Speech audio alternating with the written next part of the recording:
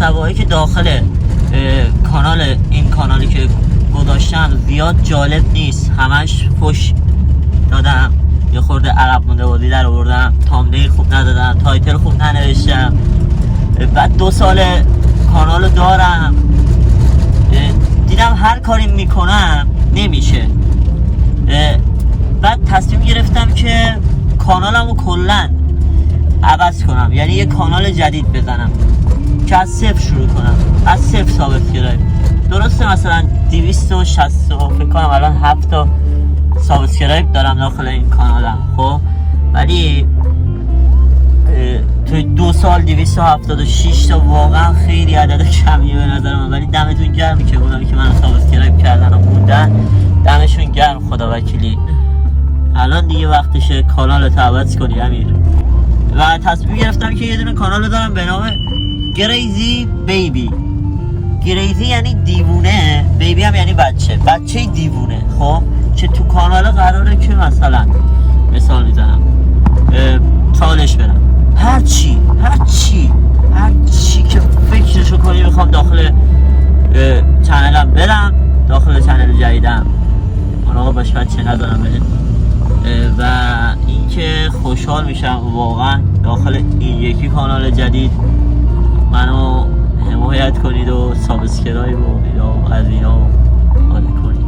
و فردای همین روزی که این ویدیو رو پخش میکنم قرار اولین ویدیو از گریزی بیبی بیاد. بچه گریزلی نیست، اشتباه نگیرید، گریزیه، گریزلی نیست. آره تو این راهی که من پا گذاشتم هیچکی نیست که منو هم چی بهش میگن یه حالتی پیشم باشه، رفیقی داشته باشم، نه هیچی، همه چی گذاشتم کنار. حتی پیج اینستاگرام هم پاک کردم که از شر همشون راحت شم. من هر چقدر که داخل چنل جدید سابسکرایب جدید بگیرم قراره که چالش های بدتر ایوای خوشی بگارم چیه چرا فوش میده، چالش های بدتر از این چالش ها که تکی میگیرم باشه داخل چنله. بچه گریزلی و کریزلی قاطی میشم به خدا. ببین تو آینده به مشکل میخوریم یا نه. دوباره منم تلفظم و اشتباه میگم همش. بدونم بغل خیلی حس میکنم سر صدا میاد. یه لحظه همینجا خوبه. آره و اینم بگم که من تازه دماغم عمل کردم. خب همگی الان میگن به من چیکار کنم، عمل کردی که کردی. نه ببین من 2 تا حفره سوراخ‌های دماغم گرفته، یعنی جوری که فقط میتونم از دهن نفس بکشم، هم صحبت کنم هم نفس بکشم. الان با تو صحبت میکنم به خدا نفس کم میارم. و تو چنل جدید قراره که هفته یه دونه فعلا تا دماغم افراش آزاد شو بتونم نفس بکشم، این برکن اون برکن. واقعا حس میکنم مسیر خیلی طولانی دارم، حس میکنم، ولی هیچ وقت تسلیم نمیشم و امیدوارم که منو چی بهش میگن و امیدوارم که تو این راه منو سابسکرایب کنید و حمایتم کنید. یافم بده خدا وکیلی. و اینطوری شد که این چنل دیگه ویدیوهای امیر لویی نیستش داخلش، امیر و کبه نیستش داخلش.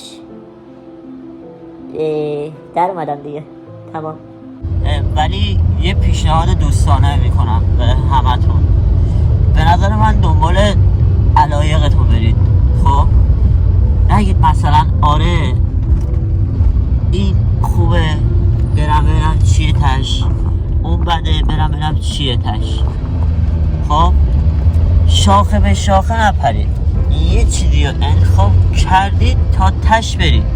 ببین الان مثلا خودم دارم میگم 2 سال پیش من یوتیوبمو شروع کردم دیگه داخل همین چنل، ولی وسطاش من داشتم فیلم برداری اینا میکردم و داشتم ادامه میدادم و خوب داشتم پیش میرفتم که تصادف بد کردم.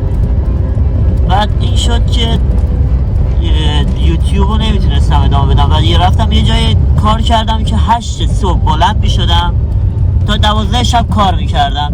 آقا این به درد نمیخورد.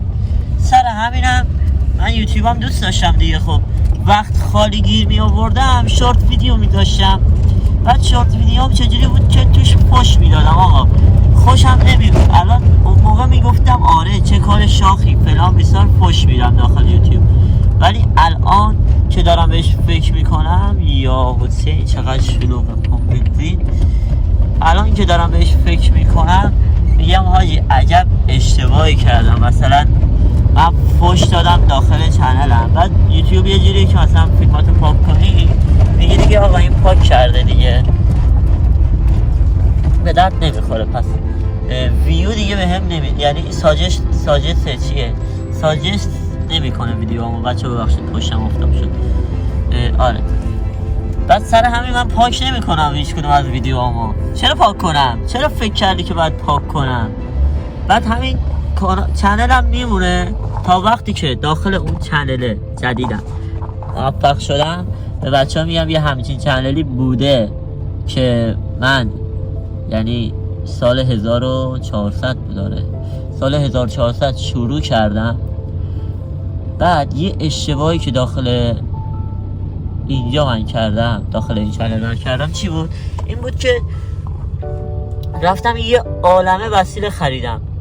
نباید اصلا همچین کاری بکنی. تو با همین گوشی که دستته میتونی کاراتو انجام بدی، میتونی یوتیوب تو به درآمدزایی برسونی. به درآمدزایی رسوندی میتونی بری مثلا دوربین فلان قدری بخری، گوشی فلان چنانی بخری، نمیدونم رینگ لایت بخری، پی سی بخری، حالا ادیتور بیاری واسه خودت. من اصلا هیچ کدوم از ویدیوهایی که دادم بیرون رو ادیتور واسه من چیز نکرده، خودم همشو دارم ادیت میکنم. به خاطر هم یه خورده کوالیتی ویدیوهام پایینه، وگرنه ویدیوهام به نظر خودم باحال و جذابه. خب فقط به موقعش من خودم برش ندادم. بچه ببخشید من به موقعش برش ندادم. مثلا آقا این یه تیکش که من مکس کردم اینطوری وای میستم بعد صحبت میکنم فکر میکنم چی بگم، این یه تیکه هاش آدم یه خورده اذیت میشه. بعد مثلا برمیگرده مخاطب میگه آره دیگه این داره چیز میکنه، الان میبینی توپق میزنم، این داره مثلا فکر میکنه او تا چی بگی و فلان و بسار. نه بچه کل یوتیوبرها همشون هر کی که از همون اول شروع کرده توپاکه رو داشته، فقط یه کار خوبی کرده که آقا این برداشته چیکار کرده؟ برداشته کات کرده، کات زده به یوتیوبش، کات زده به ویدیوهاش. میگم یوتیوبش ماشین پاشته دختر بود حواسم رفت. آره کات زده به یوتیوبش، وگرنه که اونم مثل من توپاک میزد. آره امیدوارم که داخل چنل جدید هم حمایت هم کنید و خودم هم سعی میکنم کوالیتی بهتر بهتون بدم. تاملی، تاپتل، نمیدونم تایتل، دیسکریپشن هم خوبتر بنویسم، چی بنویسم خالی نذارم و تگ گذاریم یه خورده سوم بره بالا. پس تا چنل وایسا چی الان باید بگیم؟ مثلا بعد درگردم بگم پس تا تو اون چنل منو نبینید داخل این چنل هم دیگه منو نمیبینید. این ویدیو آخرین بود و خداحافظ. این چنل برای همیشه چنل خوبی بود، بچه های خوبی جمع کرده بودم. بچه امیدوارم که جا به جا شید و بیایید داخل اون چنل جدیدم. حتما این بالا این گوشه اینجا عکسش هم میذارم. فعلا ویدیو نداشتم و ساجست نمیخوره داخل یوتیوب چون که ویدیویی ندارم دیگه داخلش، ولی خب به هر حال من زدم و ویدیوها کم کم میاد و تا ایشالله 404 ما مانیتایز شدیم و یالا ماشالله همه چی اوکی ردیف و بای.